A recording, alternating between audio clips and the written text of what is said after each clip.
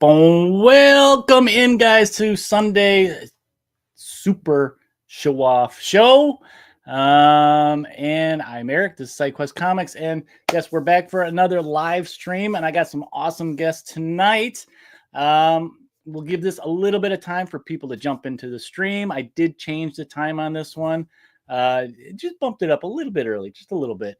But let's do some business real quick. Please smash that button if you like streams like this where we get together and just chit chat comics and characters and show off what we got. I appreciate that. And you can also go to Instagram, check me out there. And if you have any questions or suggestions, feel free to send me a little Gmail there. And I actually have all the information, or after we're done streaming here, I'll put everybody's information in the show notes. I think I did already.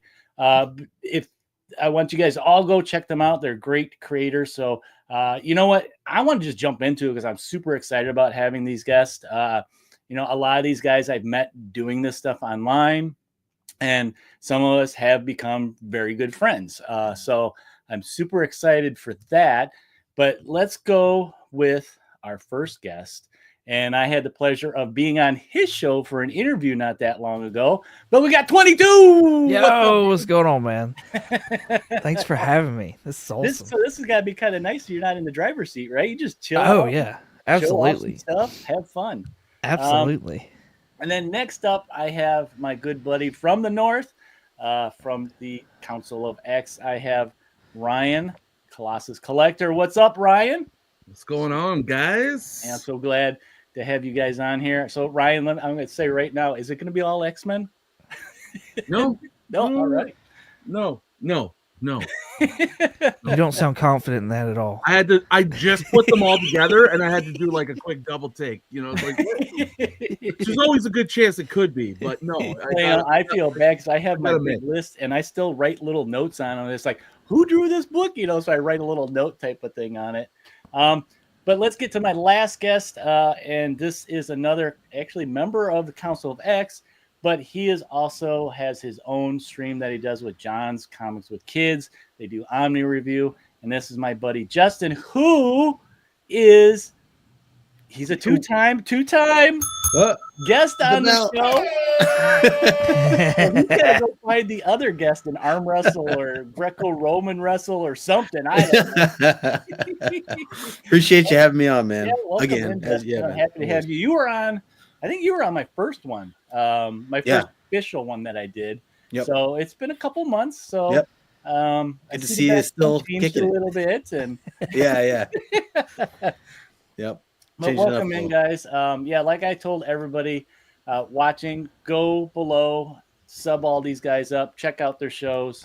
Very, very cool content that they're putting out there. So it's kind of what motivated me a little bit. I'll admit to jump into this. I can see that you guys all have channels that you basically just have fun with, right? It's because that's what it's about. Well, I ain't making a fortune off of it, so I don't know who is, but I'm pure business. I don't know what you're talking about. But the way I like to start the show too is I kind of want everybody to get to know you guys. So I ask for like an origin story and maybe what your favorite character is. Like, what's the character that got you into collecting comics? So I'm going to start with 22. What got you into comics? Who's your favorite character? I would say probably like as a kid or whatever, it was like the animated stuff. So you got, Batman, the animated series, you got X-Men, all that jazz. Those were my big ones. That's what I was really into. Teenage Mutant Ninja Turtles as well was a huge thing as I was a kid, but I didn't know anything about the comics, until I got an adult. What got me back into it as an adult was the Christopher Nolan Batman movies and the Iron Man movies. So I got tired of waiting for movies to come around, and I was like, what if I just started picking up comics again? That's what I did. Why not see if that's cool, something I'd enjoy. Okay. And then that snowballed into something that it is today. So, favorite Got characters characters. that you really like that you're drawn to? What's your inspiration for reading comics? Like, is it Spider-Man, Batman? I'm naming them big guys. Oh, Batman's definitely top 5 for me. Iron Man was a big one for me. I related a lot, not to the money aspect of Tony Stark, but just I like intelligent characters. I like people that are written intelligently. Like, I am drawn to that. That's kind of my thing or whatever. So Iron Man came out, and at the time I was going to school for like trying to head towards engineering, and I was like, holy crap, this is that's what I would love to do. Like, this right here, this speaks everything for me. And so when I got back into buying comics, it was Batman and Iron Man. Those were the two that I started picking up. Okay.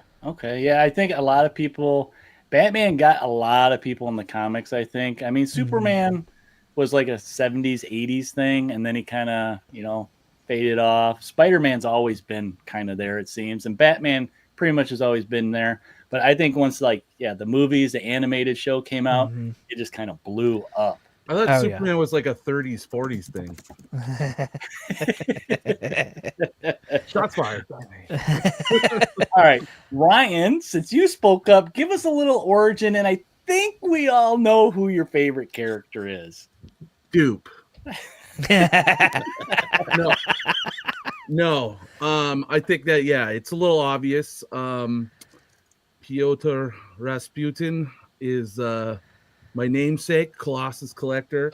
I long story short, I've told this story many a times, but I didn't really collect comics a ton when I was a kid, but I was a massive Marvel fan because of cartoons and video games. And so obviously X-Men animated series was huge for me, becoming an X-Men fan and becoming a Marvel fan. And then the arcade game, the Konami X-Men arcade game. Heck yeah. Played that as a kid. Colossus was the best player. I just loved playing as Colossus, and that's where that sort of started with Colossus. And as I just got older, I learned a little bit more about him. I just always thought he was really, really cool. Became a big Marvel fan from cartoons. Then I had a little stint collecting comics and stuff. And then the movie started. And then only, I guess, like 3 years ago, I was like, well, I'm nuts about the movies. I love Marvel. I have a collector bug already in me. I sort of started seeing the cool collections on YouTube and stuff like that. And I dove in, and now I'm a complete. Well, you collect other things too, right? Like cards and like I grew up like with sports cards, and I always was like I always had some collecting hobby. You have that collector bug. Marvel cards when I was a kid. I did get into the Masterpiece set, so another thing that made me a Marvel fan. But yeah, like sports cards a lot growing up, sports memorabilia as I got older. And and then so it was a natural obsession to go into Marvel. The two things collided, and now I'm sick. I got a fever. It's collecting. It's just collecting. Yeah, comics, Marvel, but it's expanded beyond even the comics now. Like now I'm dipping my toes in the original art. I got some statues. It's just. It's a sick, to be the big giant statues and all downhill. I want it all, man. I want it all. Man, I don't have the money for it all. Or space, right? You'll find out. Yeah, so you'll find out the space is going to be the real issue. But really, the space comes down to money too. I don't have the money to get more space. So all right, Justin, since you're a two-time guest, I mean, people kind of know who you are, but do you want to give a quick origin and your favorite characters? Yeah, sure. I mean, just I've been not into comics as long as what I think most people think. Getting into it, I guess, like 2-3 years before the pandemic was really where I started to dive in, and And when I did, it was really more Daredevil. You ask kind of what was the character that got me into it most. Okay. I think a lot of people kind of view me now as, the X-Men guy, which I certainly am happy to take that name. But Daredevil, Matt Murdock was definitely the first. And the Netflix series had a lot to do with that. Again, was not a collector when I was younger. I'm surprised your dad didn't disown you. Right. I was gonna say, for those who know the story, like my dad was an artist. He is an artist. Worked in Marvel and DC for a long time, and just never was something I wanted to get into. It was the family business. Yeah, just didn't want anything to do with comic books as a kid. Let's go out and play baseball. Let's go out and do this, that, anything, but don't make me read. So that was always my viewpoint. So I had to find the love for comics on my own terms, and it took me 29 years to do it, but once I did, then my dad was very happy. At the same time, he gave me a lot of shit for it. He's like, really? Like now you finally get into comic books? But it's been really cool since. And, I've shared stories before about just, him telling me stories that we can connect on now on a different level as a father. It's like a new bonding experience for you, which is really cool. Yeah. My dad tries to get on these things and watch the streams. And now granted, he's 75 years old. He has a hard time figuring out the interwebs, as he calls them. And when he watches it, I always ask him, like, why? Because he was never into that kind of thing. And he says he has no clue what I'm talking about, but he just kind of likes seeing me have fun. And I'm like, oh, okay, that's nice. Thanks, Dad. Yeah. As long as you're happy. Right? I don't tell my parents about this because I don't need them getting on my case about how much money I spend on comic books. Now that's my mother. My mother is that. She never. Well, that's what I mean. My mom mostly, but but both I get it for both of them. Same my wife. I already do. Well, I haven't checked into the chat yet, and our chat is on fire. I'm holy cow, I can't keep up with it. So let's say hi to some people. We got Christopher Parker checking in, said he can't wait to see some of our sweet books. So he broke it up there. I guess he was so excited he had to break it up. Nice. We got Matt here agreeing with Chris, and then let's see who else we got here. We got my buddy Hall Yeah Comics. He's in my chat, chatting it up. What's up, Nate? Saying hi to everybody. And then let's see, we got anybody new. We got Colin Comics in the chat. Hello all, happy Sunday. Thanks for joining us. I'm filling the football void. So that's kind of, I was thinking about doing this last week and a little bit early, but I'm like, let's do it next weekend, because I know like some of you guys like watching football, and I'd be disappeared. Worst matchup ever. Yeah, we didn't want to run into that. Let's see who else we got here. We got Cheddar. We all know Cheddar. He's up, giving us the old Council of X symbol, fellow member there. And then let's see, Cheese. He's yelling. Oh, you're yelling cheese at him.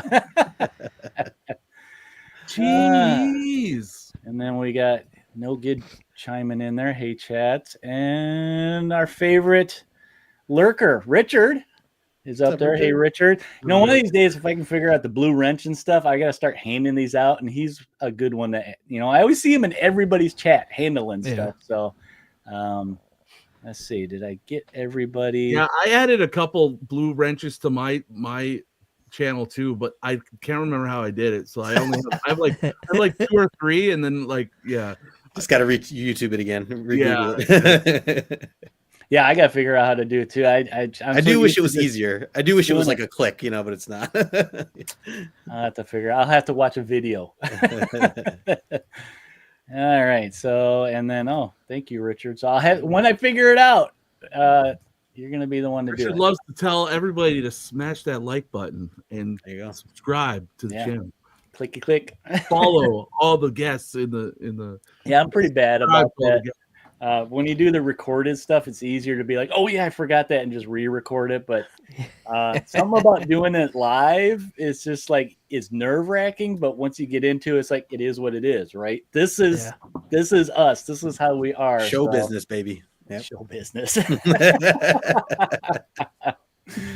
All right. So a little bit of introduction there. And part of this is because we play a game. So the game we're going to play tonight, and this is a way for me to kind of, make sure I got the cards stacked, I guess you call it. But we're gonna play a game called Icon.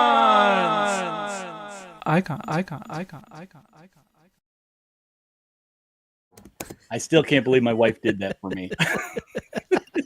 That's her little foot in the door type of thing. I love the second icons. Yeah. I just had her come in and record this 2-second thing, and then I was playing with it and doing all the filters and stuff, and I played. She's like, "That's me." I'm like, "That's you." That sounds so epic. So yeah, we're gonna play Icons. So Icons is a game that I came up with where I write down a couple iconic characters. I did not have him in here, so we're putting Colossus into the mix. And the first one should be the first one. And then since Justin's already been here, I think Justin, we still have some in there for you, but I'm adding Nightwing in there because I know you're a Nightwing fan. All right. And even Magic. And 22, I know I got some characters in there that you mentioned already. So what we do is I take these characters. I got my little cup here of characters, but some of the ones that we've done in the past, this is my stack of ones we already did. Like we did Captain America, Hulk, Dr. Doom, Catwoman. So all iconic characters. We talk a little bit about their power sets, their origins, in general, what we think of these characters. So let me do Colossus here. Put him in here. Now, there's a couple X-Men characters in here, and I don't think we've pulled out any yet. Or no, we did pull out Storm, I think. So I'm going to do this, and I'm going to throw it in my patented bucket and draw out 2. So sorry, you're going to draw a character, and what are we going to do? We're just going to talk about the character. Okay. Cool. So the patented bucket head for the bucket. And we're going to draw some of these out here. This is just it's not a hard game. It's just a fun thing to just talk about characters that we like. So we got one. But Ryan, you're going down. Eric's like, no winners, no losers. Okay. So, as I'm dropping them all over the floor, I'll get those. So let's see. I'm saving the best for last. That's a little hint there for you guys. Let me check in the chat real quick. I'm going to turn it on because these guys are chatting so much I can't even freaking keep up. Let's see. We got Renegade here. There he is. I clicked on the wrong one. Renegade. What's up? And we got one of my favorites, Big Nasties. Sorry he's late. Like I said, we started a little bit early, so I'm just happy you're here. So the first one up, since Renegade is just showed up, he's going to love this. Ghost Rider is our first one that I pulled out. So which one? Any notes here? Which one? It looks like I wrote on the back first Ghost Rider. So we're going to talk about Johnny Blaze Ghost Rider. My Ghost Rider was. I thought you meant the cowboy one. I'm about to say Carter Slade gets no love here. What are we doing? Dude, I just got his first book for $1. I know nothing about that. Nope. Nobody expected that. So Ghost Rider. First appearance. I think anybody that likes Ghost Rider kind of knows his first appearance. Did anybody know? Anybody want to take a guess? I'm sure you guys know. Marvel Spotlight, right? Spotlight 5. Yeah. I'm a closeted. I don't know why I'm closeted, but I'm a closeted Ghost Rider fan. I guess I'm no longer. I'm coming out. I'm a big Ghost Rider fan. I actually just bought the Danny Ketch omnibus, and nice. Marvel Spotlight 5 has been like a book I've long wanted. That was big on my list last year for questing, and I never found it. I couldn't find it in the raw. I always found it slab. They, it's high grade. They wanted $1,000. And I'm like, I just want to read it. Yeah. And I couldn't find one ever. So that kind of actually, I switched mid-year, and I was so close to finishing the first volume. I was just like, screw it. I'll just go after the rest of the first volume. So it's still on my list this year. Still haven't found it. I've been looking for a month already. I still can't find it.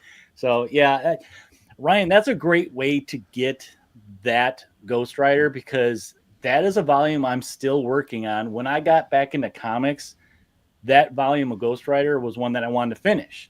Problem is, half of it was in the 90s, and at about 40 something, their print runs went way down.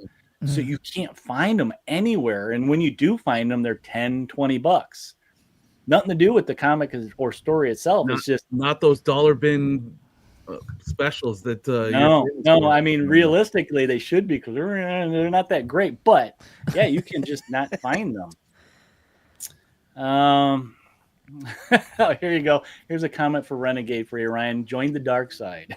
I was gonna say, Ryan, don't go changing your name now. You got to stick to Colossus. Let's be honest. I like them. I really You're like smiling them. big time. I'm just saying, you got a big smile on your face. I gotta just say, add to it. The Ghost Rider Colossus, the Spirit of Vengeance. Extra long, yeah. The Ghost Rider statues are like the best statues. With the way they do the fire and stuff is like, or the ones that actually light up, like they somehow like have an internal light. Man, yeah. Looks so cool, so cool. All right, so first appearance was 1972.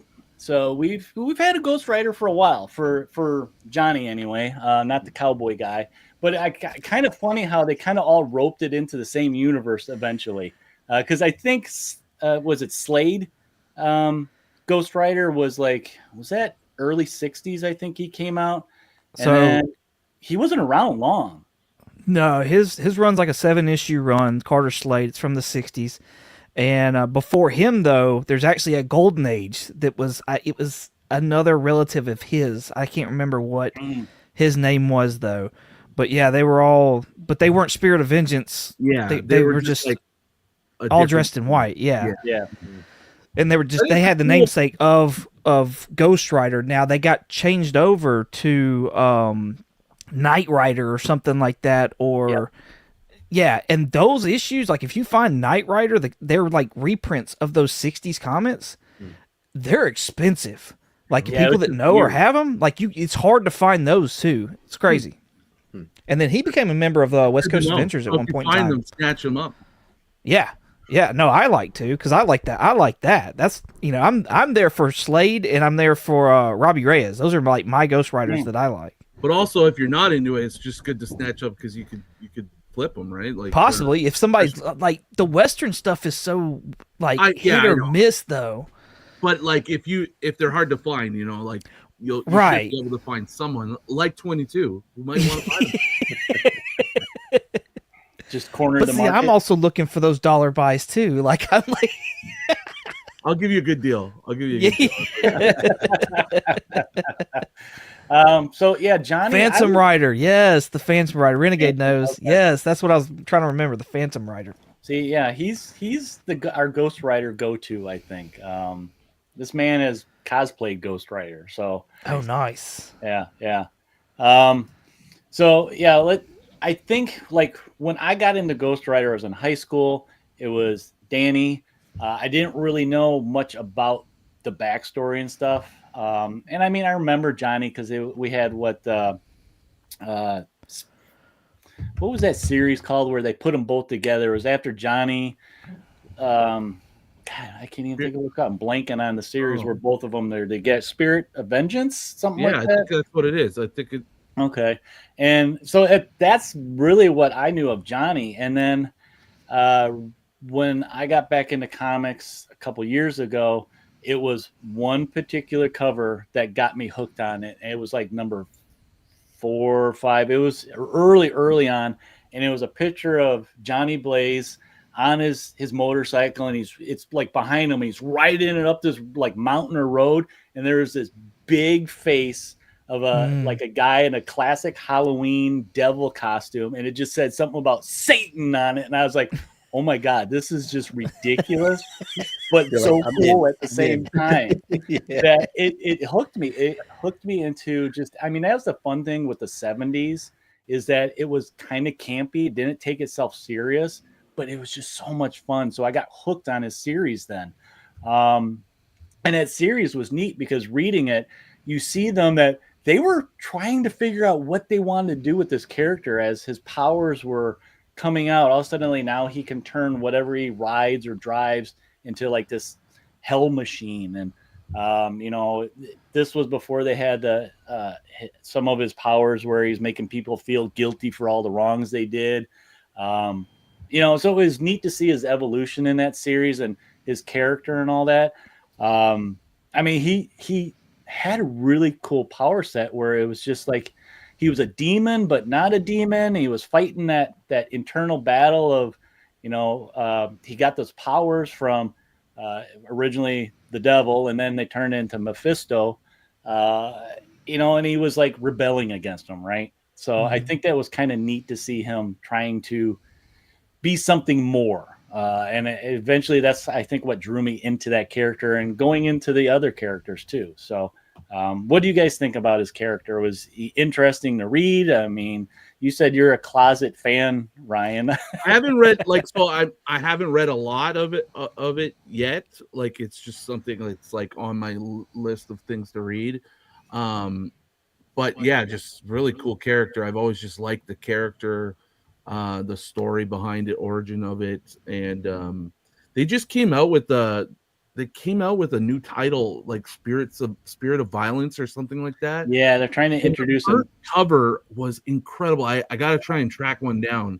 And it's got Danny Ketch and it's got Johnny Blaze like side by side as both as Ghost Rider. Man, Yeah. it's so. And I think they are introducing some of the other ones, like Vengeance was there for a while in the 90s. And Yeah. it's kind of interesting to see this whole family of different spirits of vengeance or violence or whatever, and see how it all fits in together. And I'm super excited about the rumors that Gosling's going to be the MCU Ghost Rider and like soon, apparently. I mean, rumors, take it with a grain of salt, but yeah, I'm really looking forward to reading that Omni. I also have the Midnight Suns trade collected. Oh, that's a good one too. Yeah. That I started reading, haven't finished. So yeah, I'm definitely looking forward to diving into those. And I really want a Marvel Spotlight. That last series that they had, a modern series of Ghost Rider that Percy was writing, that kind of got me back into the character. I was just trying to get those back issues. And when that series came out, I was curious. I was like, well, I want to check in on the character and see what they're doing with them. And when I found out it was Johnny Blaze, at first I was kind of like, let's see what it's about. And man, that series was dark. It was dirty. It was gritty series. It wasn't what I remember from the 80s and the 90s with Danny. And even looking back at the old stuff of Johnny, because it is centered on Johnny, but man, was it gritty. And I liked it a lot. The stuff you're mentioning about the Percy stuff that was, the last year or so, that's really my only experience with the character. I have a good friend, Michael. He goes by Sove Collector on Instagram. Really great guy. He's a diehard, Giants, Ghost Rider fan. But he literally owns every item and like everything down to like keychains to toys to all things like that were ever created or printed or even from other countries or just random things that are anything Ghost Rider. So he's been the one to kind of, tell me a bit more and introduce him a bit more. And he has actually sent me, books before to read from some of the series that you guys are talking about, like the earlier stuff. I still haven't gotten around to like reading through a lot of that stuff, but other than the Percy stuff, I've never really read any Ghost Rider. And I hate to bring it up, but the Nicolas Cage films are the only other thing that I even know. You know what? For its time, those were great. Those were a great introduction to the character. I agree. Those have formed me a lot on the character. And I've only watched them like when they came out. I barely remember anything. Speaking of Soul Collect, his book that he's got. Oh, that's the collection. He's got this. So for anybody who hasn't seen it, it's like this really beat up copy of. Is it Marvel Spotlight 5? It is. Yeah. It's like a 10.5 copy. Well loved. Really well loved. But he's had it signed and remarked by like so many artists. Almost everyone. It's literally a piece. It's like a one of one piece. Like it's so cool. Yeah. Yep. Good call there. Shout out to Michael if you ever watched this, buddy. guy. I actually didn't know who y'all were talking about until y'all started saying that, and I was like, "Oh no, I know that book. I've seen that book on IG. It's freaking Oh, have you? amazing." Oh, yeah. It's so Yeah. cool. It's so Yep. cool.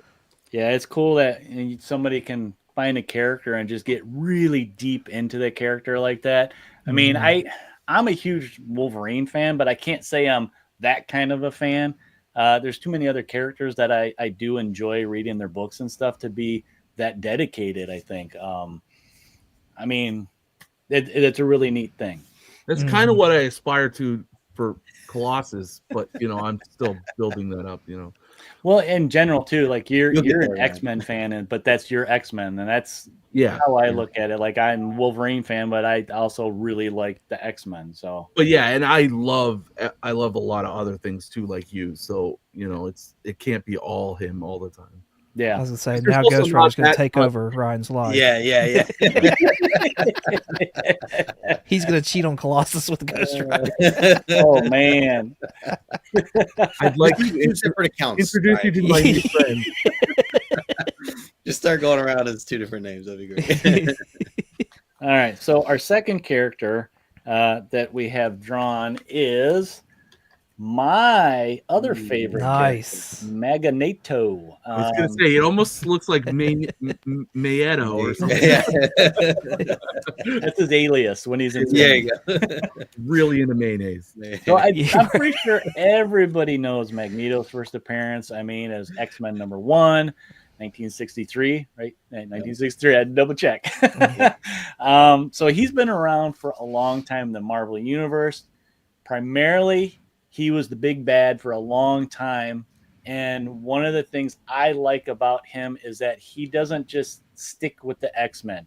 He can be a bad guy with the Avengers, Fantastic Four. I mean, he pops up in a lot of books because of such larger in life character. He's very similar to Dr. Doom in my book. He's this character that, yeah, he's tagged as a villain or a bad guy, but he truly believes what he's doing is the right thing. Now, everybody else, they just don't understand and they don't know what they're doing. That type of thing. So The best kind of villain, the ones that you could empathize with. yeah. Marvel. You can kind of feel their pain, side with them a little bit, and understand it a little bit. And he's just such a cool power set character, right? I mean, as a kid, I always thought the power of, using magnetism to move stuff, and I mean they've really expanded it in the modern age where it's gotten even stronger. Like his power level. But I don't think he's considered like an Omega level mutant, is he? I think he is. I think he is. Yeah. I think he is Omega. Okay, because you think about it. What was it? The newest Wolverine Revenge. The whole basis of that story is that he got killed or he died, and he set off this EMP that just destroyed all technology and plunged them into the Dark Ages again. So it's like, yeah, that's kind of powerful. So. Oh, yeah. What do you guys think of how do you guys stand on Magneto? What do you think of him? I love Magneto. I mean, obviously X-Men guy. Definitely right at the top of, if there was a Mount Rushmore of villains, he's on it for me. Agreed. Yeah, I like his backstory. I like I said earlier, like you can empathize with him. You can almost agree with them at times. I like that he blurs the lines. He can be, more of an ally or an anti-hero or even a good guy at times, because he's not evil to the core. He's just right. He's just sometimes his motivations or he takes the wrong way, or he takes an extremist. Extremist. Yeah. And then I mean his powers and just the lore, all the stories. I love that he's connected to Scarlet Witch and Quicksilver, which gives him more of an avenue to go against the Avengers or be involved with the Avengers. And yeah, he's awesome character. It really is endless. And I mean, even just his powers alone, as you mentioned, Ryan, just like, even like, just I could just zone out thinking about what else can that guy do, like how many ways can he like take somebody out, or ways to travel, just all the different, and how science plays a role in so much of that is really, really wild. And I think again, it's just all endless. And I think also just like, I mean, yeah, throughout history there's been times where he's straight up on the good side, like straight up teaming up with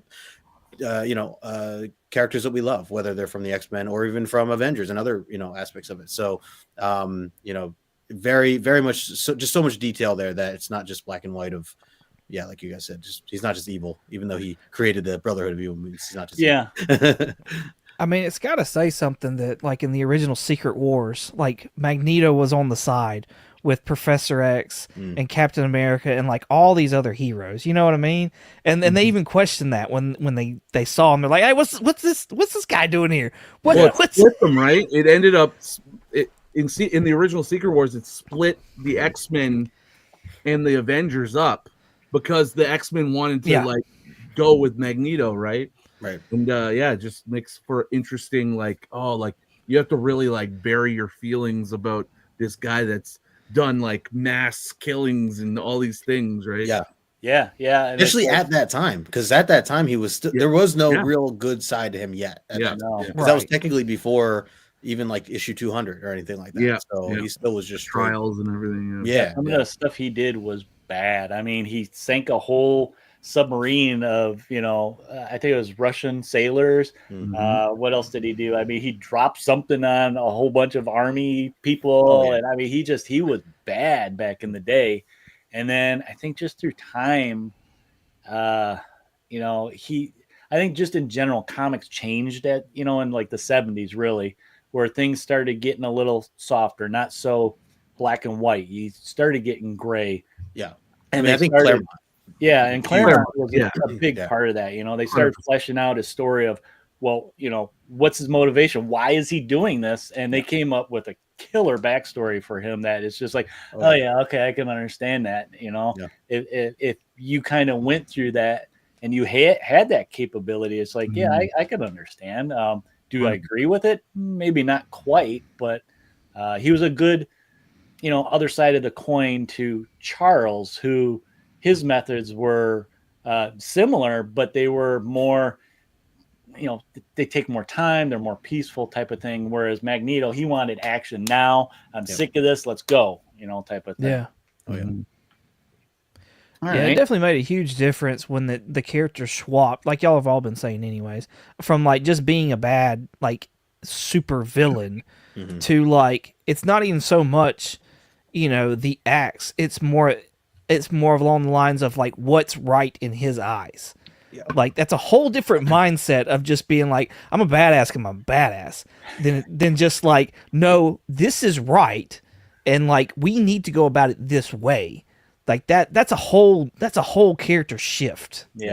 Yeah, and I mean, he was a stubborn character. He's still stubborn. Oh yeah, He's like, don't tell me what to do. I've been through the shit. So, well, even in the new X-Men line that's going on, I haven't read up to the current stuff, but it was like the first couple of issues. They bring a sheriff to their base in Alaska or wherever it was, and Magneto's showing off, being a badass. It's like, dude, you got one job here. You got one job to try and get somebody on your side. Like you don't have to do all that right now. Yeah, like currently he's holed up with Cyclops' adjectiveless X-Men team, but he's like suffering from some kind of ailment or illness or disease or something.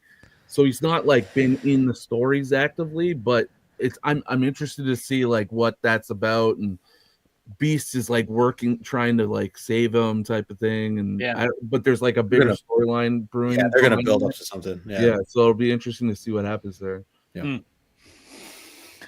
Well, all right. So now this is going to be part 2 of our game. So not only are we going over these iconic characters, we are going to do something they like to do in comics all the time. They put our favorite heroes, whether they're villains here, DC, Marvel, all that kind of stuff. They mash them up and they do a versus. Who do we think? It's like a fantasy type of thing. Who is going to win? I mean, it's like you're in a playground, your kids, you're like, no, my Superman's going to beat Spider-Man type of thing. So that's kind of what this is. And I'm going to put these characters together and they're going to, It would help if I had volume, right?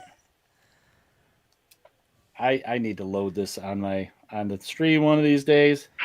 There we go. Fight. So they're going to fight. They're going to rumble. They're going to see who has, the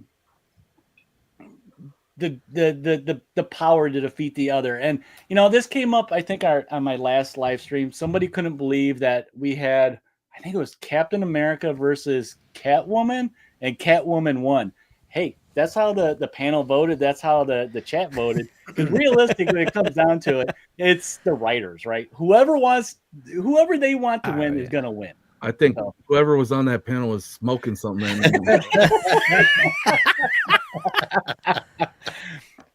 So we have Magneto, and Ghost Rider. These are very different characters. Now, if they got together and tussled, who do we think would win? I mean, yeah, we may side with favorites. Like, there's a couple of us here that are X-Men fans, and we love our Magneto.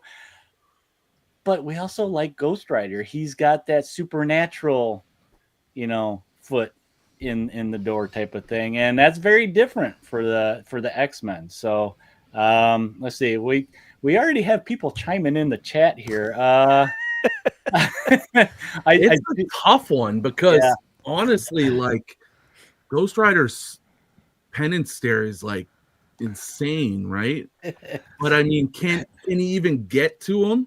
Like Magneto, right, he's up in the air. He could use so many things. He could even like take his chain and his motorcycle, the whole motorcycle. You know what I mean? Like he's got studs all through his. Like I just think I don't think he could defeat Ghost Rider, like kill him, right? But I think he could stop him from ever being able to get close enough to do this the stare. Yeah. But if he did somehow get to Magneto, then it's interesting. I don't know. Like, yeah, that's the key. Whenever you pit like a flyer against a ground and pound type of guy, it can kind of be one-sided. But yeah, Ghost Rider is one of those. He's kind of tanky, right? He can just take it, and it's a matter of him wearing the opponent down eventually to where he can get him. But I mean, I have seen Ghost Rider really use that chain well, where it's like it seems like I have an endless reach, right, to wrap around somebody and just pull them in, and then just start going to town on them. But the magnetic thing, the chain's not gonna ever. I feel like that doesn't work with him. I don't know. It would wrap around himself, and then... like I feel like Magneto could just fire him into space, like you know what I mean, like You just lift him up, smash him into the ground. Like we're done here, and then like leave him there. Like I don't know, like he's like having a sip of tea or something while he's hanging out. It's a tough one. All I keep seeing in my head is Magneto and his orb just hovering above Ghost Rider. Ghost Rider throws his chain up there like freaking Scorpion style. Get over here! And that chain comes back, and he like almost crucifies him.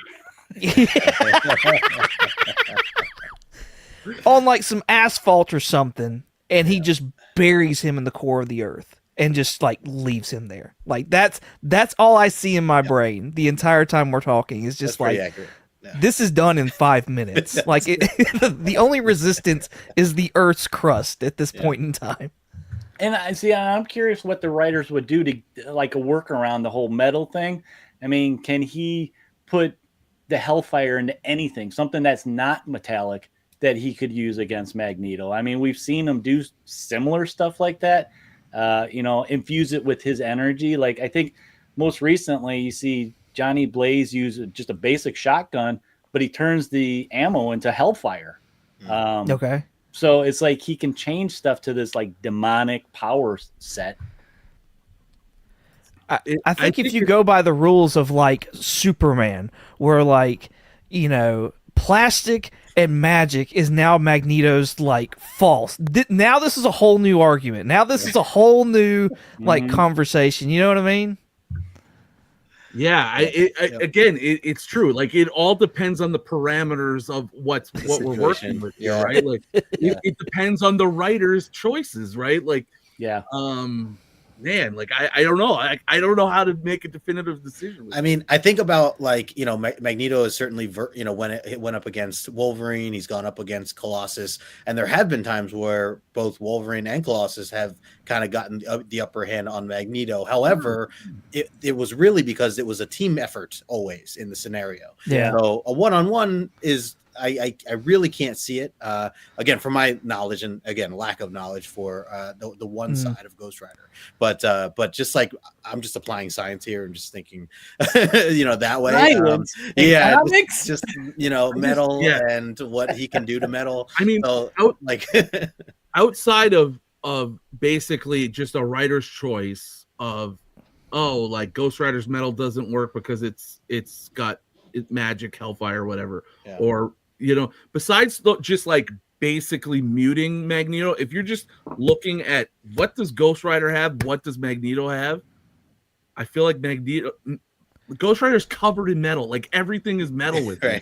Like I just can't see a world where he beats Magneto if you leave it just the way it is. Right. So even if it's all hellfire, even if it's all magic metal, and Magneto can't control that, the world is still surrounded by metal at that point in time. Right. Like he just makes a metal orb and he puts around him, and then again we're back in the core of the earth. We're in the ethers of space. Like I just unless he can burn through it. Yeah, and I mean, like think about like even like in the movies, like X-Men Apocalypse, where Magneto can literally like pull the metal out of the ground, like the minerals of the earth. Yeah. Like you're right. Like there's no shortage of, and like even the whole point of like burying him, he could just create a shell around himself. He could probably go right through the surface of the earth completely unscathed because he's just in tune with everything metallic all around him. Magneto. The more we talk about it, the more I have to say, I wish.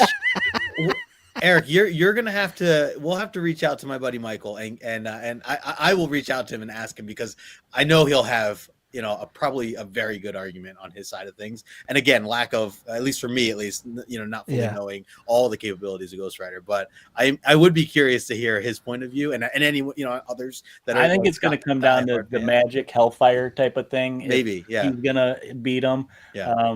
Renegade makes a good point. It's a tie ultimately, because I think Magneto neutralizes anything Ghost Rider can do, but he can't really do anything to Ghost Rider. Right. Like all he can do is remove him from the battlefield, essentially. Or protect himself from Ghost Rider. It's a stalemate. It's a stalemate. Yeah, unless the goal is to remove them, like, you know, WWE, you know, outside the ring. Oh yeah, it's a Royal Rumble. Then Magneto definitely will win that one. Although they're in a small square circle, they're starting off pretty close to each other. Off the ropes.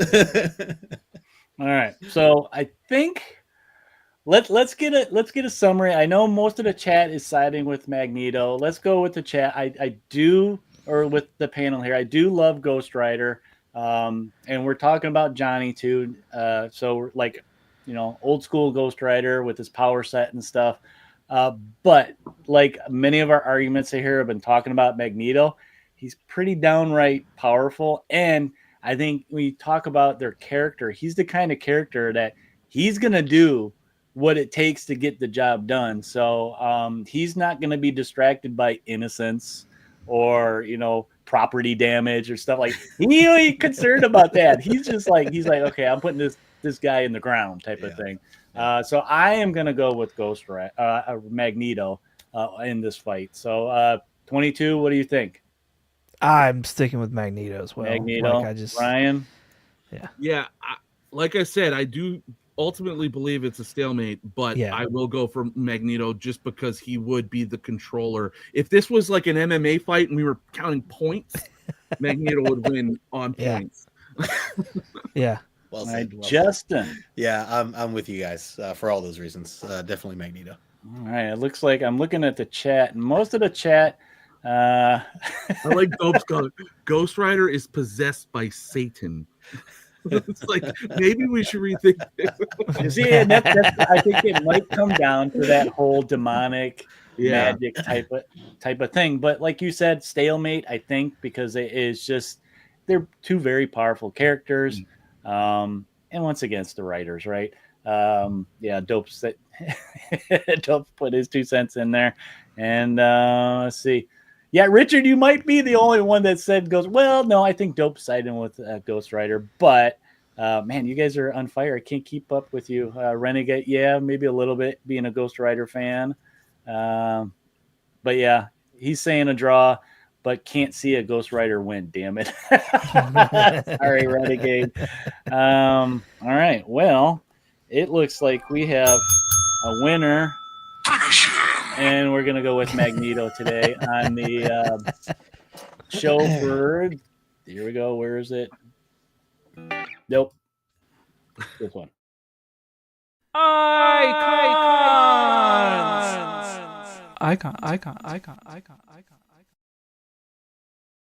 Too many buttons to press. I'm losing track of all the buttons. Well, that was today's episode of Icons, Ghost Rider Magneto. So we will put these into the bank there. And maybe eventually what I'm going to do is I'm going to remix these up or so we can get some different matchups. But I still have quite a bit in there for matchups. So this may go for a while. You need a bracket of the winners. That is an excellent idea. I need to go back and do that. March Madness is right around the corner. Oh my Yes. God. Here we go. Thanks for that more work idea. Yeah. Some of it's already been done. Just got to make a bracket now. Tournament of Champions. All right. Yes. I can picture it already. Super Sunday Showdown fight. Contest of champions. Contest. You could use this whole bit as the intro. Just Yeah. a bit. All right. So that was just half of our show. So we can get to some fun stuff and start showing off some fun books. So what I like to do with the Sunday show off is show some books off that we either didn't feature because we all make content. We didn't feature in a show or a video or anything like that. Or it's just really cool book that we want to kind of, show off to everybody again. Now, some of us, not everybody is a Wednesday warrior. So I tell everybody since this month we had 5 weeks, bring 5 books that you're super excited about getting, whether they're new books or books that you quested, some back issues or stuff like that. And then, like a number one pick. What was the one that you were so excited about to read right away when you got home type of thing? Now, whether it's a new stuff or old stuff. So that's what we're going to do. I usually start off, let me move my helmet here, because, of course, I always make too big of piles. You guys that watch me in streams and other shows and my shows know that I get excited about showing off stuff. And yeah, you're not one to follow the standard. No, I break my own rules, and that's okay. They're my rules, right? Bring 5 books to the Council of X, and then Eric's like, Yeah, I got like short boxes next to me that I could go to, or if you can see behind me, I think I'm kind of blocking it, but yeah, there's a read pile right there. Never ends. Yeah. But I am going to start with new comics, so let me do this. Oh, nope, that's not what I want. Do that. Come on. Why are you not working? There we go. I got the right button finally. Man, you think I was a pro or something? You're doing great. And let me check out the chat because I cannot keep up with the chat tonight. Okay, so Big Nasty's already saying what his number one pick of the week is, but he got the new Badger series that just started. I am definitely going to have to check that out. My LCS, actually, a lot of the local stores in my area had problems with shipping. So I didn't get any new books. I got 1 or 2, I think, this past week. So this coming Wednesday is going to hurt a little bit. All right. So I am going to go. Let's see. I'm going backwards. Where's my new? Okay. Yes. So I'm going to go all the way back to the beginning of the month. So the first, I got some cool books. And see, I'm cheating already right off the bat. So I'm going to go through these quick. This was totally a cover by Terror and Fury. This company's Zine Scope usually does kind of TNA covers. They've been doing a lot of like Robin Hood or I think one's Van Helsing, but they're all female characters. I saw this and I recognized the characters right away. These are like some golden age characters. You got, the Black Terror from the 40s, and I don't remember Fury, but I guess these are all, old characters. Nice. So I took a chance, and because I like the art. But reading through this, they're fighting vampires. So I'm like, I was more or less surprised that it wasn't as, it wasn't as, I don't want to say bad, but it wasn't a TNA type of book. It was nonstop action. It is for adults. There was some language in it, but yeah, so I'm curious to get the other ones and check them out. But then also the same week, so this is where I'm cheating because I can't just pick one. Atom Project. I loved Captain Atom. So when I found out that they were doing a new series with him, I was all over it. Nice. I don't really know much about the other Atoms, but when I was a kid, I got into Captain Atom. I thought he was a cool looking character, with the nuclear power set. So that was that week. Now, and he's different from the Atom. Yeah, Captain Atom, and then there's the Atom. Okay. Captain Atom's actually, he's an old character, so he's like a golden age character too that DC brought and updated in the 80s. I think I have, it's probably buried up there, some of his original, his original costume, and he was totally different looking back then. Now here's one for the next week, and the 8th. I was super excited. If you guys don't know, I do love Aquaman. I think I started collecting Aquaman because it's one of those books that's easy to collect. It's cheap. Not a lot of people chase them. Yeah, he's got big keys, but they're easy to get. That's why I like Namor. Yeah. Yeah, I'm going to put a deal, right? I'm going to make them fight later. So I was excited that there's a new Aquaman series. It's part of the All In that DC is doing. Yep. And yeah, I told my store when I found out about this, I said, just whatever you guys get, give me. So yeah, I got all the variant covers. Oh wow! I mean, that one's cool to the point that I didn't even get it ready. I was saying, did you get the latte? So the latte cover. I don't know why the store didn't use this, but nice. They know I am a fan of Aquaman. They're like, "Do you want this?" I'm like, "Yeah, I don't know where I'm gonna put it, but yeah, I'm gonna grab that all day." Eric, I went with that issue too, and a lot of it was more for what's his name, Timms, the artist, John Timms. Yeah, he had done Superman stuff, and he's great. I wasn't like a big Aquaman guy, but similar for the Namor stuff, I was like, let me give it a shot. And that first issue was pretty solid. I liked it. Well, it's the writer Jeremy Adams who's doing Green Lantern too. So I met him at a con, and he is such a cool, chill dude that he's just wanted to sit there. He wanted to talk about the channel with me, not so much like my character and my work that I'm doing. So yeah. That right there is going to make me buy the book and check it out, all right, now this pile is a little bit bigger because once again, not only can I decide on just one book, but it was a big week. So this is the middle of the month, and I was a little worried about this title. This is one of the variant covers. I think there's 2 around here somewhere I just didn't find.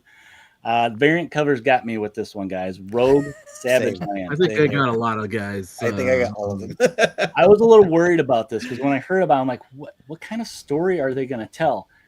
Let me tell you, when I read this, it was kind of a neat little, they do go to the backstory of what happened, how she got there and stuff like that. Yeah. But they kind of set up for this little side story that happened in it. And I enjoyed it actually. So I'm going to probably keep getting it. I thought I was just going to get this one and be done, but I liked it. And then it couldn't, it doesn't help when they do super cool covers. Yes. For this. That one might be. Richard said, does it need a story? They're appealing to, But yeah, I thought that was neat Oh yeah, that's a good one. from the animated show. And of course, when they start throwing stuff like this, oh my gosh. Yeah. And then this one, I think I got a week after the regular series came out. I was like, yes, I need that one too, please. Yeah.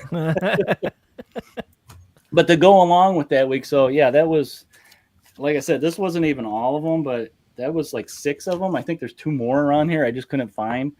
That same week, we had Storm come out, and that had some killer covers. And then this one. Now, I know a lot of people are kind of, they don't know about the Ultimate Universe. And I know some people like Dope that's in the chat, he read this, and he didn't really understand it. Because I think if you don't know what else is going on in the world, it's a little hard to understand. So I have that advantage.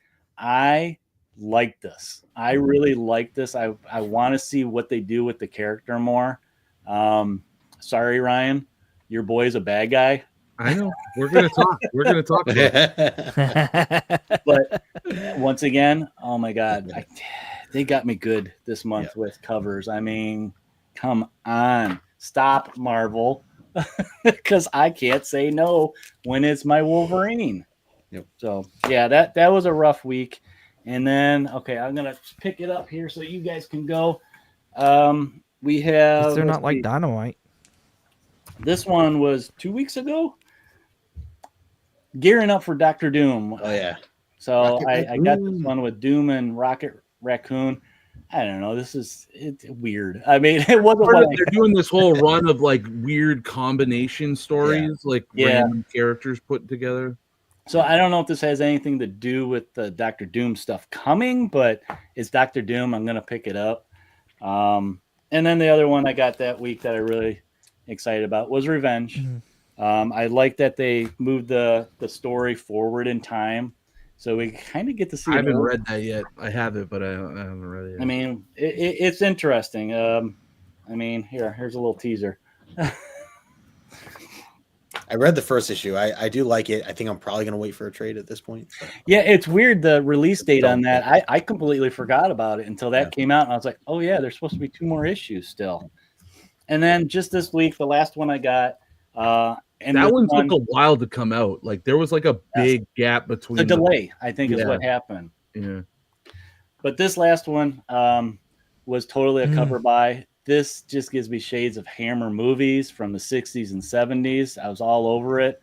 I read it. Unfortunately, this is number 3. I need to go back and read number 1. And then I got to find number 2 because my store wasn't getting this on a regular basis. But when they got this, I was just like, yeah, I'm all over that. It's vampire. This is like classic vampires to me. They're not romancing you. They're not glittery. They just want to drain you. That's my kind of vampire. So I was all over that. And then my number been 1 on fire. Mark Spears has been on fire. So. Yes. And here's one, Justin, you'll like. This is my number 1 pick. I don't know if you got this one, Justin. Oh, I got it. I didn't open it yet, but I got it. Well, here, I did open it. Did you? All right. I seen it, but I had to censor this, which when I found out what this was with Jenny, I was like, whoa, that's very different for her. Okay. I wanted to make sure it was still censored. I saw there you go. I was like, holy cow, that is brutal. Yeah. So I think she's coming to E2, and I'm like, do I have her sign this and be like the weird creeper guy? Say, hey, will you sign this book with me, Jenny? She made it. Just keep it covered up. Someone made it. Like, keep the Post-its on there and be like, can you sign this? All right, so who wants to go next? I can't find my copy now. Whoever wants. There, whoever wants. One. Boom. It's me. I'm next. It's you. I'm going to look at the chat here, too. Oh, here it is. Okay. Dope's not digging DC. It seems like a lot of my picks were DC tonight, too. Okay. Ghost Machine. Okay. All right. 22, what you got for us? What'd you bring to show off? One of my first picks for January that I haven't shown yet to anybody. So, it's a preview, I guess, or a exclusive. Hold on. Exclusive premiere. get rid of the glare. Ooh. All right. Oh man, look at that. But I got a demon number 15.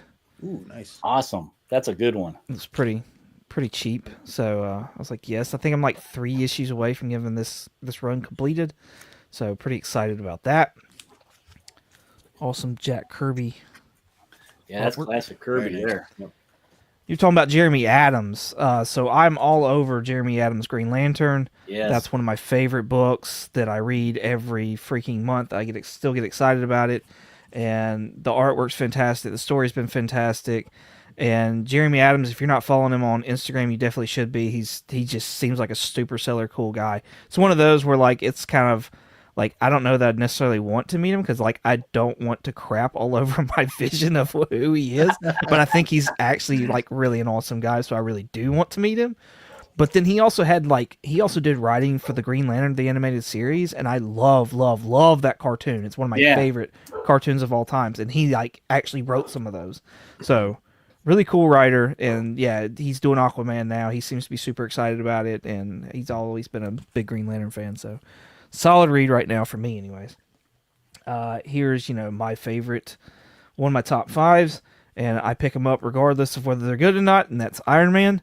Get the Scarlet Witch in this one, and I read it. I don't know how to feel about this, honestly. The first 3 issues were just like, hey, you remember that last volume we read? Guess what? We're gonna redo that. And I'm like, why? Why are we doing this? I've read this already.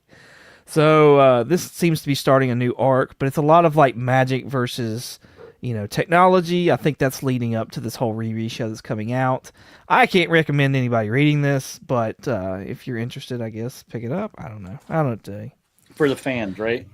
Yeah. If you're an Iron Man fan, this had me when it first came out, and has slowly made me hate them and the writers. That is, not the characters, because I really want somebody to pick this up and do something good with it. But it's Thundercats.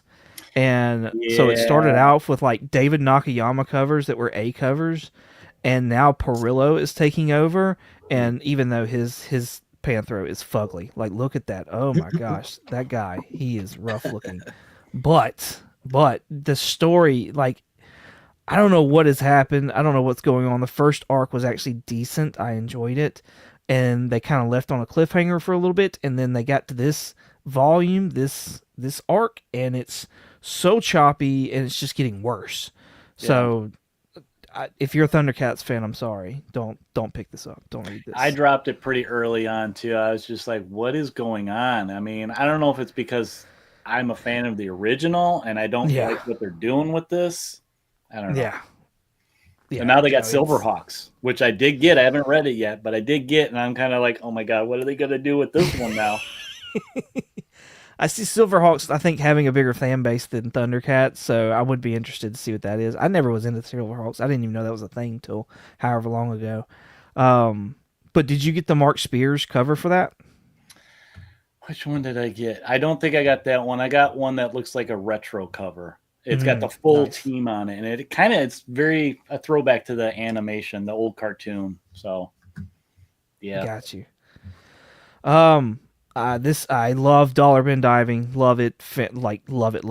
I love the thrill of it. I love everything about Dollar Bin Diving.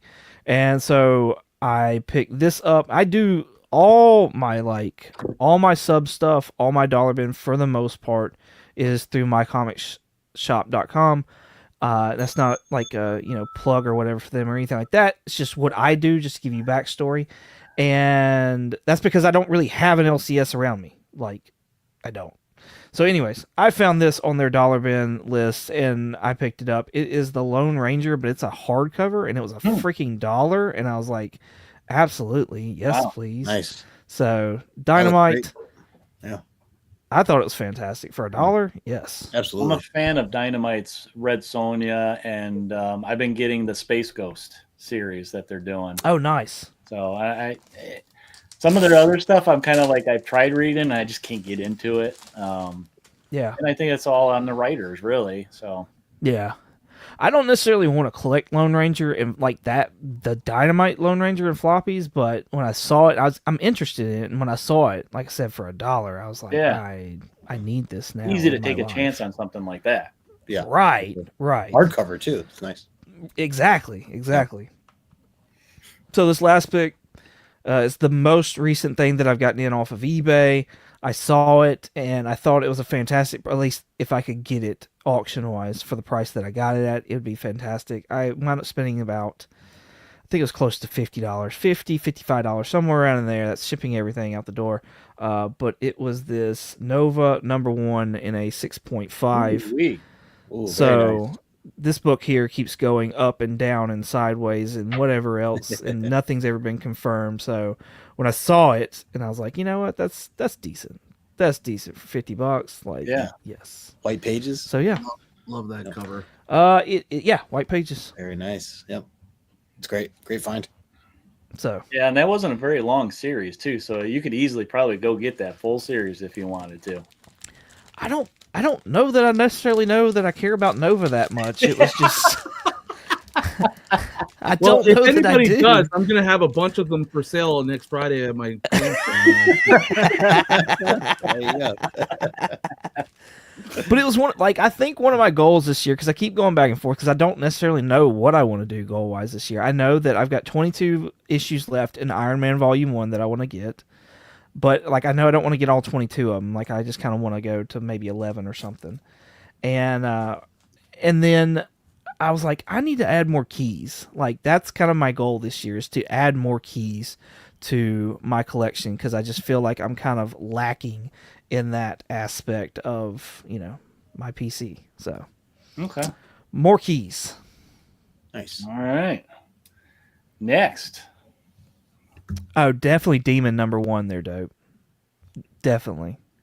Ryan, you look like you're chomping at the bit. I'm ready. All right. Go for it, dude. So I have a relatively small pull list, and I don't pick it up every week. I let it go. So I brought two kind of recent pickups, modern books. One you already showed, but this was one, Ultimate Wolverine 1. You mentioned, if you're not reading the Ultimates, you might find this a little bit puzzling. What the heck's going on? I highly recommend, if you want to read this but you don't want to get too deep in all the Ultimate stuff, pick up the Ultimates Year 1 or 1 year in. I picked that up and read it, and that gave me enough context to understand what the heck's going on with this.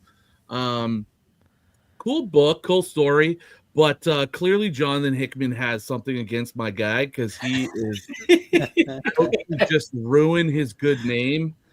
Colossus, spoiler alert, is a bad guy in this universe.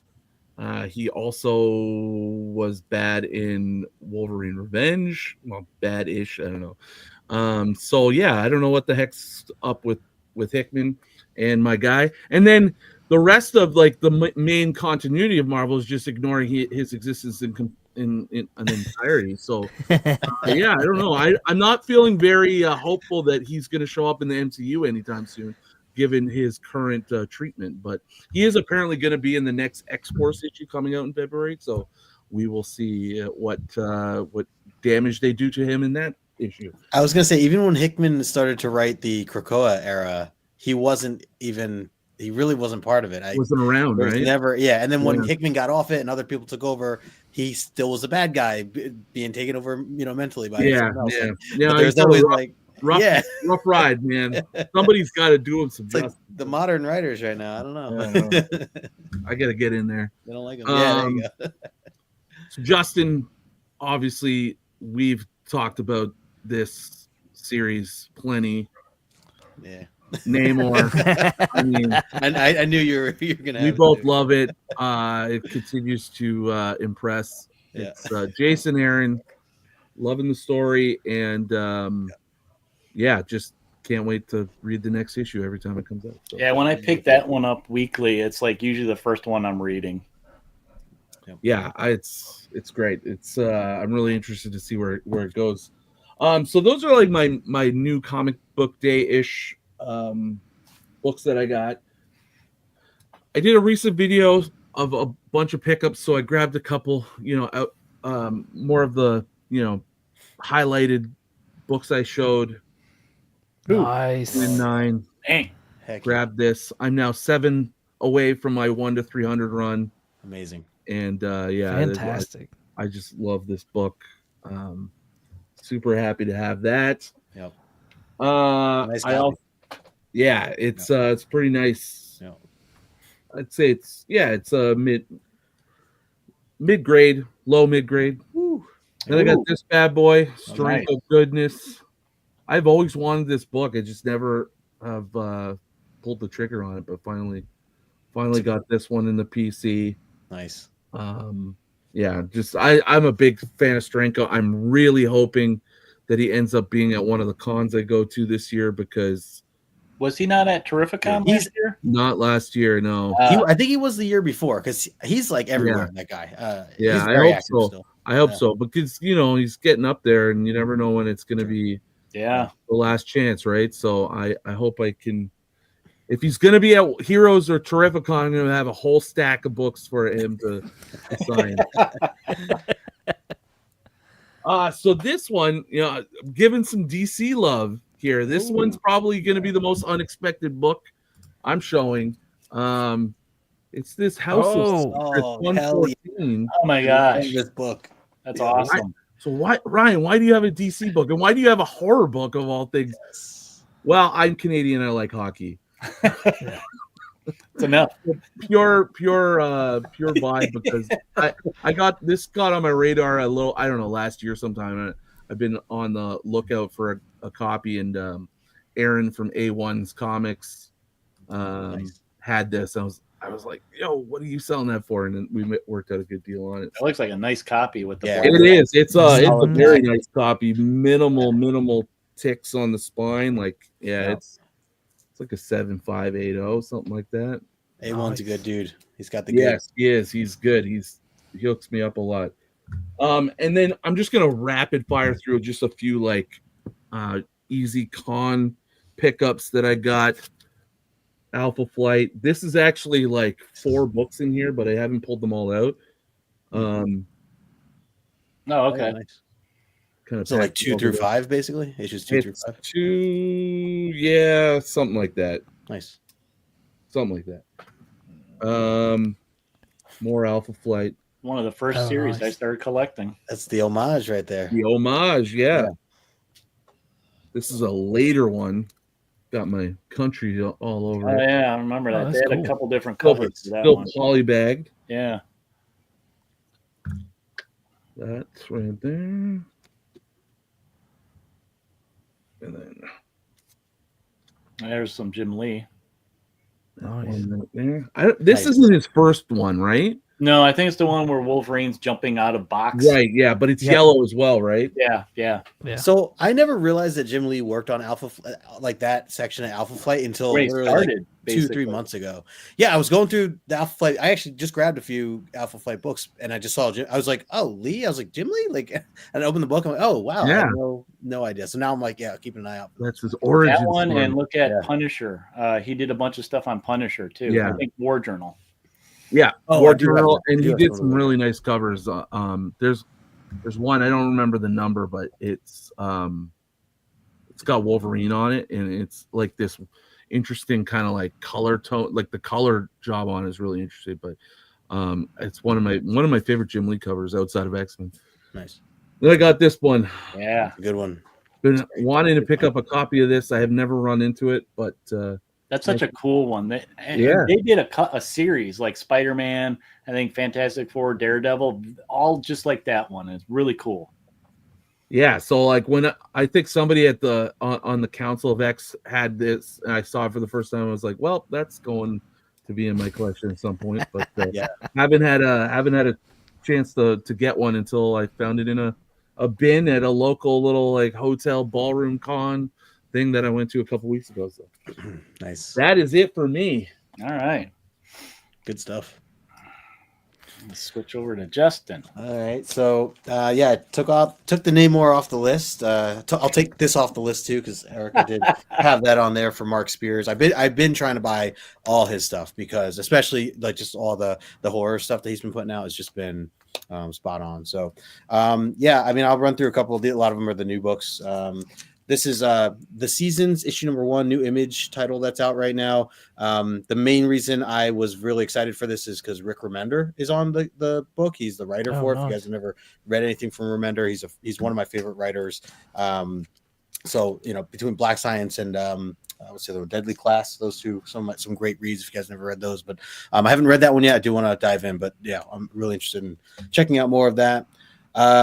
This is where's the other one here? So these are kind of a combo here. When I was a kid, I watched Power Rangers as maybe some of you have as well. Other than that, I've never been a Power Rangers fan in any sort of way. Never really cared to like check out the books or buy the comics or anything like that. So this is the first time I'm buying comic books of Power Rangers. I know they've been doing ones, and I've heard some good things about. I don't know all the artists and writers working on them, but strictly cover buys for me are this is Dustin Nguyen, who did this cover here. This is from the new Power Rangers Prime issue 3, I think this is. Yeah, issue 3. And then there was this one here by Dan Mora. Anything that Dan Mora draws, especially women, he is so good at this. So yeah, just a fan. And Dan Mora. And then Dustin Nguyen was the one that did some stuff with Jeff Lemire. Some of my favorite Image stuff. So if you guys ever read any of that, definitely highly recommend Dustin Nguyen. Magic came out with a bunch. So like you, Eric, I definitely got the bug of all the variants. But this one was definitely one that stood out to me most. David Nakayama, he's such a great guy. I've got to meet him at C2E2 a few years ago. And he is just so engaging online. You can write to him. You can talk to him in Instagram, all that stuff. He always leaves comments. He's a great guy.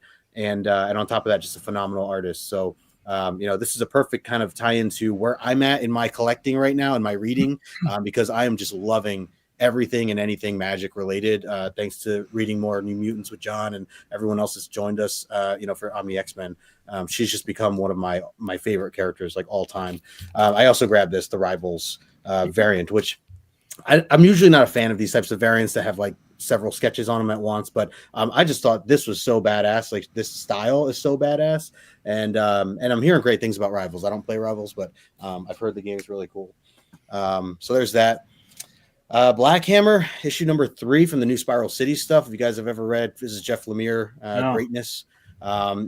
He's created a whole Black Hammer world at this point. There's a lot of books to it. I've read a few with JP from JP's Budget Collecting and John from John's Coming with Some Kids, and our good friend Daryl from Read Your Comics. So this is just a variant that had come out of the main guy, Black Hammer. So I won't get into all the details of it, but if you ever get a chance to dive in or explore something new, Black Hammer is it's a great way to go.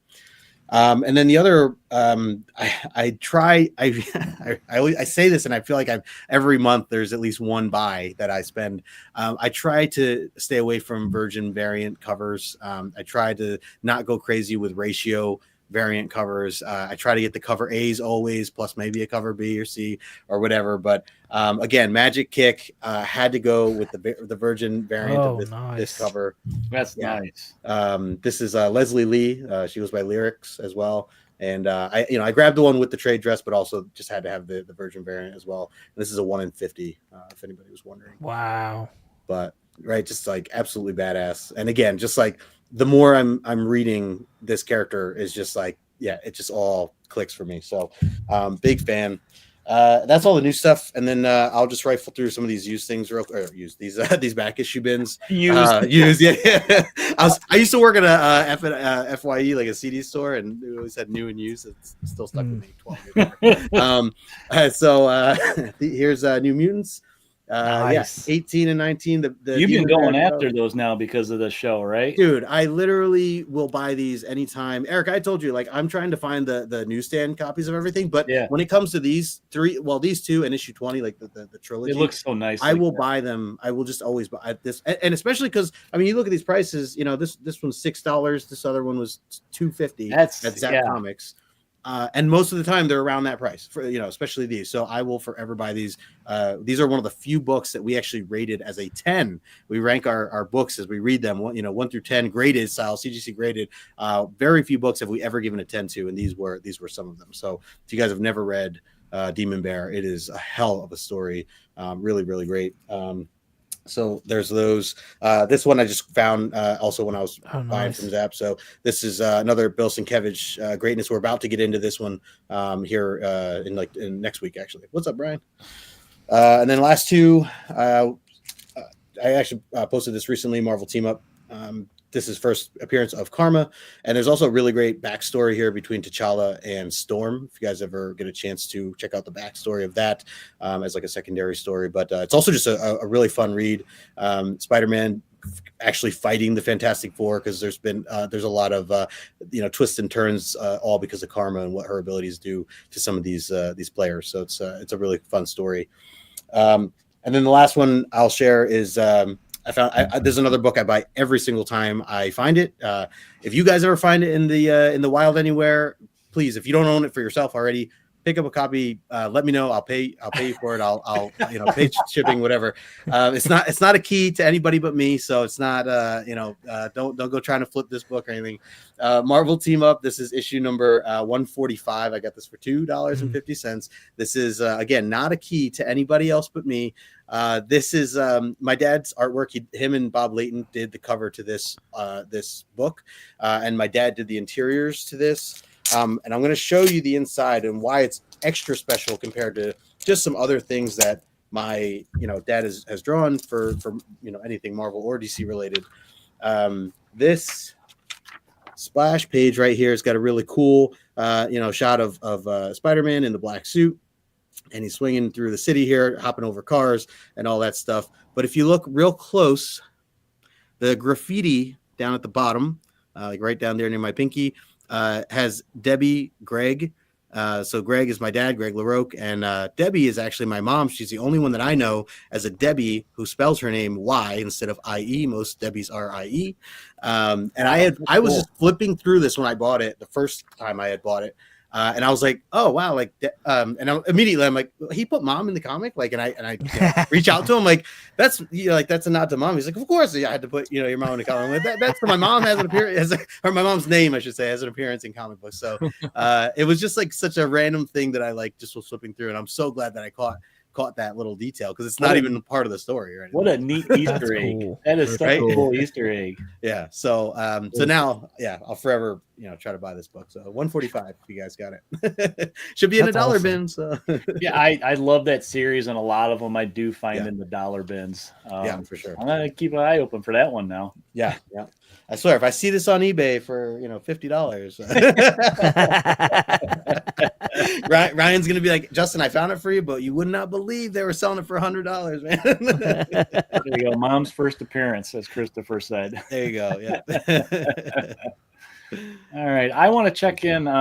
22, are you good? Do you need to go soon? I texted him. I said, "Hey, I may be 15 minutes late." So okay, yeah, I'm gonna. They hadn't responded, so we're just gonna say they saw it. There you go. All right, so I'm gonna wrap up with my quest finds from the last month. I kind of hit those dollar bins and discount bins a lot this month. Whether it was like after New Year's Eve sale, or my stores had a lot of sales this month. And I discovered a lot of stuff. Now, this I think this is my pile that's very weird for me to what I have in here. But I'm going to start with an honorable mention, and it is just for you, Ryan. When I see this book, regardless of the condition, I buy it. Just other than I remember as a kid, and I thought it fascinated me. But I got Captain Canuck. Nice. I don't even have a copy of that. Nice. 1979 goodness, man. I mean, yeah. What is this, number 8? I think it was number 5. I have a couple of these. This is probably the best of the ones I haven't, but this cover is just fantastic. And as a kid, I was fascinated with a Canadian, I guess almost like Captain America type character. So yeah, I had to get it. So that was my honorable mention, and yeah, I had to bring it just for you, Ryan.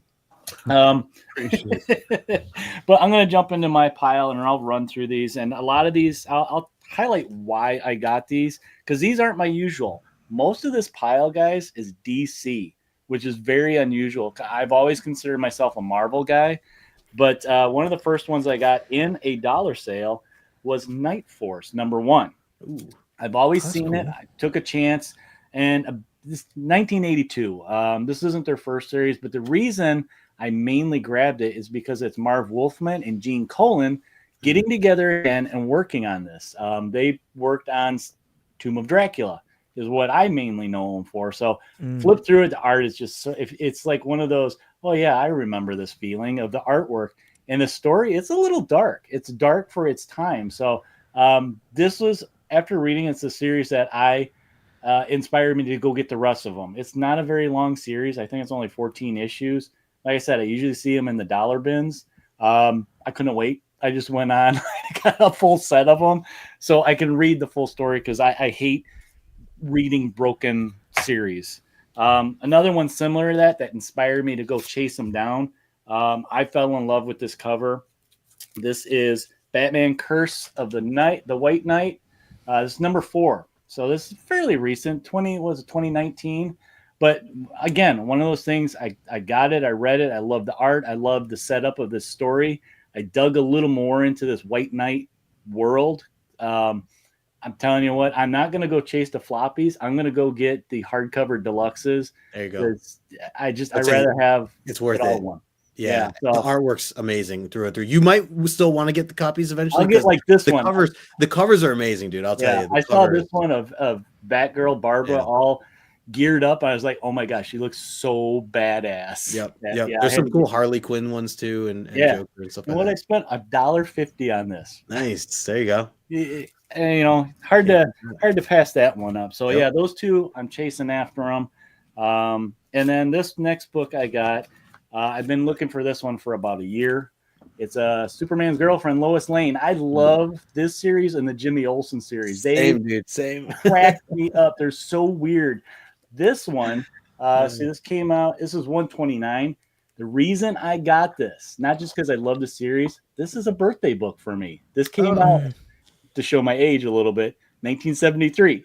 Nice. So yes, this came out when I was born. So I did a video many months ago of birthday books. This was on that list and I could never find it. Well, I'm still hunting a lot of these books. Maybe I'll do another video. I don't know. But what issue? What number is it? This is 129. 29. Okay, I know Nick Cardy did a few of those. I think this is Nick Cardy on this one. I have to double check. Nice. He's kind of become one of those artists. So I look at that era of comics that it's just like I really like his artwork. Same. All right, so this one this was actually a gift for me from Hall. Yeah, I don't think he's around anymore, but we did some AOKs and trading and stuff like that. He sent me this one. I just started collecting Warlord. I think I might have finished it this weekend in the dollar bins. Nice. One of those series you can get for $1, but I didn't have this one. And he said, if you're collecting this series, you got to have this one. It is first issue special #8. And this is actually the origin and first appearance of the character Warlord, who is weird. He's kind of like Conan, but he's kind of also like Buck Rogers. He's actually he's inside the earth type of thing. And it's a weird backstory. And it went for a long time. It's like 130 some issues, but I'm super jazzed to have this 1975 as a gift. I'm all over it. So thank you, Hall, for that. Eric, when you do read through that series, keep an eye out for a backstory, or there might be a few backstories of OMAC. You know, OMAC from DC, the character. So my dad actually, that was some of his early work that he ever did. Oh, really? Back issues of that, probably later in like the issues 60s and 70s, around that time period. Okay, so I'll have to look to see what I got. Yeah, that's the only reason I know Warlock. Otherwise, I didn't. Okay, that's very cool. I think I still have, like in the 80s when He-Man came out. They released a toy line for Warlord, and I have them somewhere still. Nice. With his little, this is his original costume, but he went to like a black and white leopard type of print costume with a helmet with big wings on it. I got that action figure somewhere. All right, so next up, almost to the end here. I can't do all DC. This was a big one I got from Cheddar. Hooking me up with my X-Men. I've been wanting this for a while. I've been picky about this one. It's first appearance of Sauron, #60. 1969 Neil Adams goodness. So yeah, this is another little check in the checkbox. I am also working on my X-Men.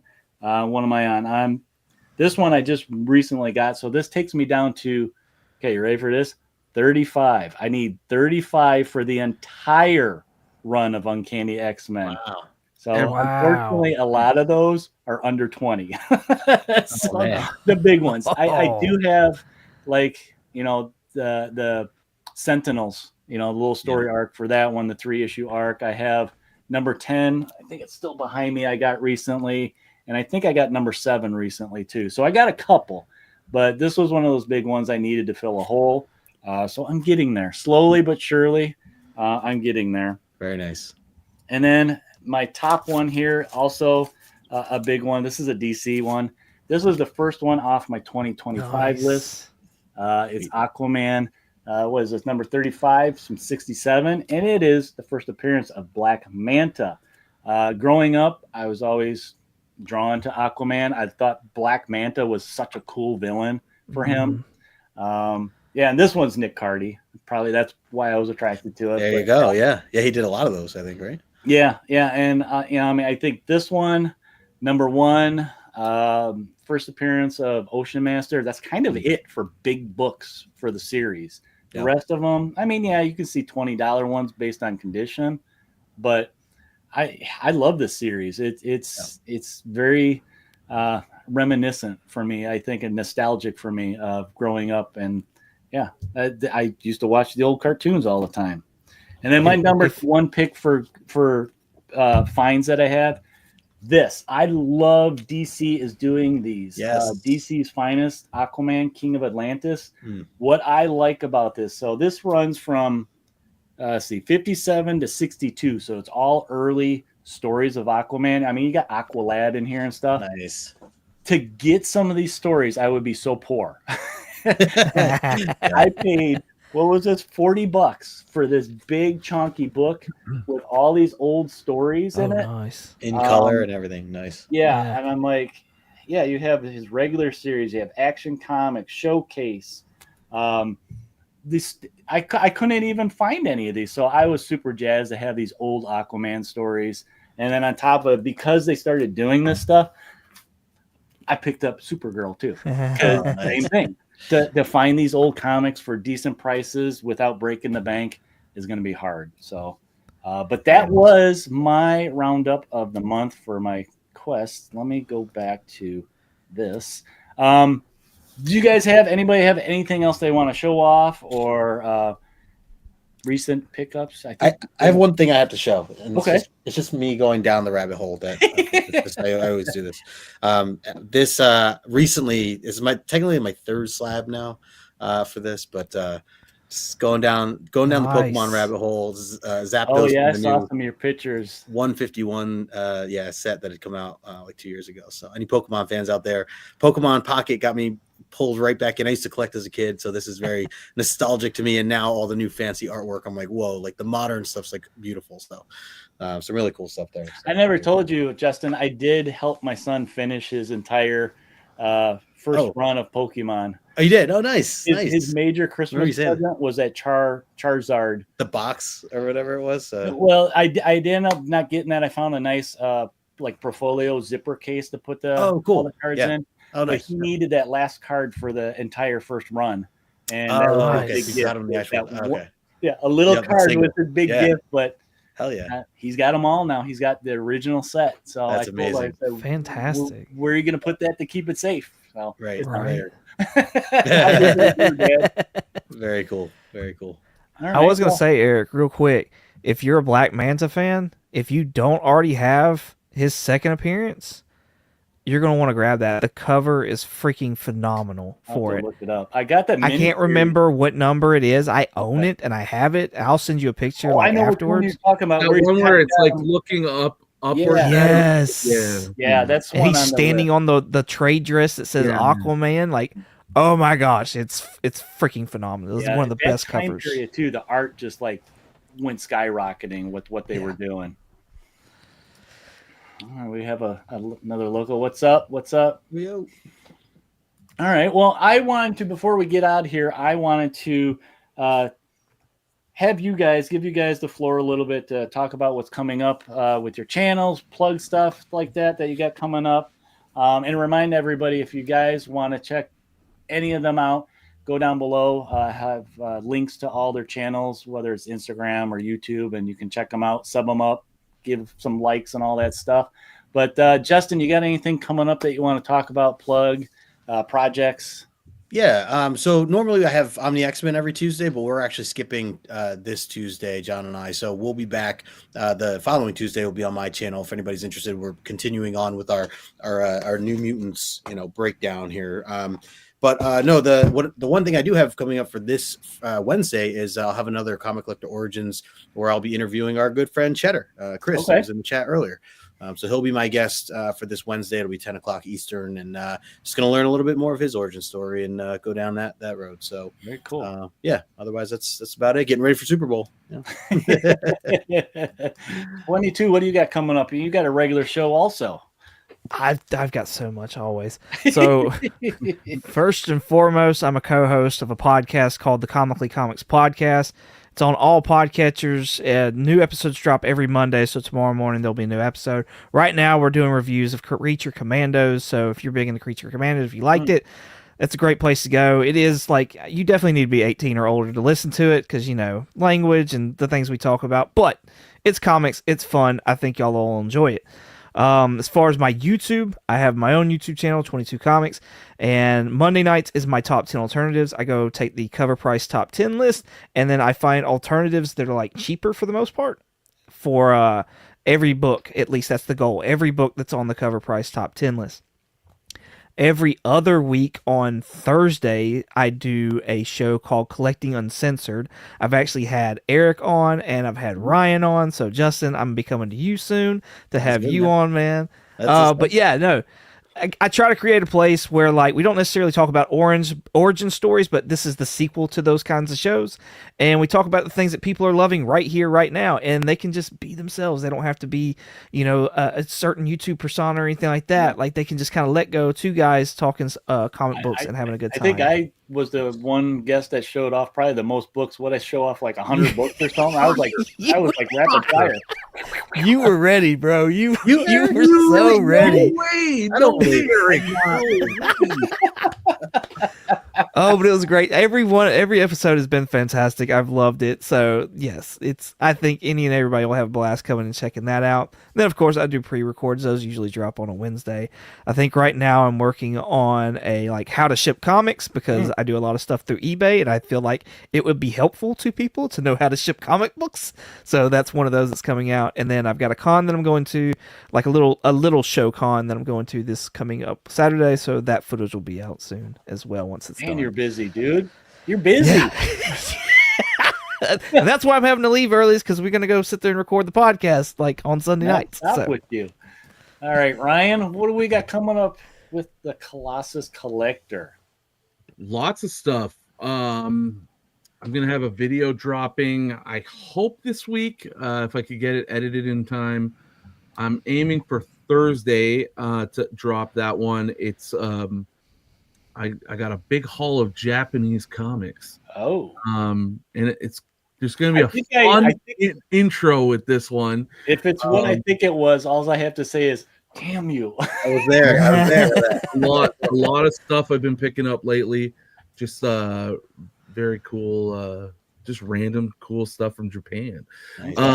And then on Friday on Instagram at Colossus Collector, I'm teaming up with my good friend Dan's X-Men Comics, also on IG, and we're doing an IG claim sale. We're gonna go pretty long if there's lots of people coming in and buying and stuff. So it could go 3-4 hours, 5 hours if it's really popping. I don't know. Nice.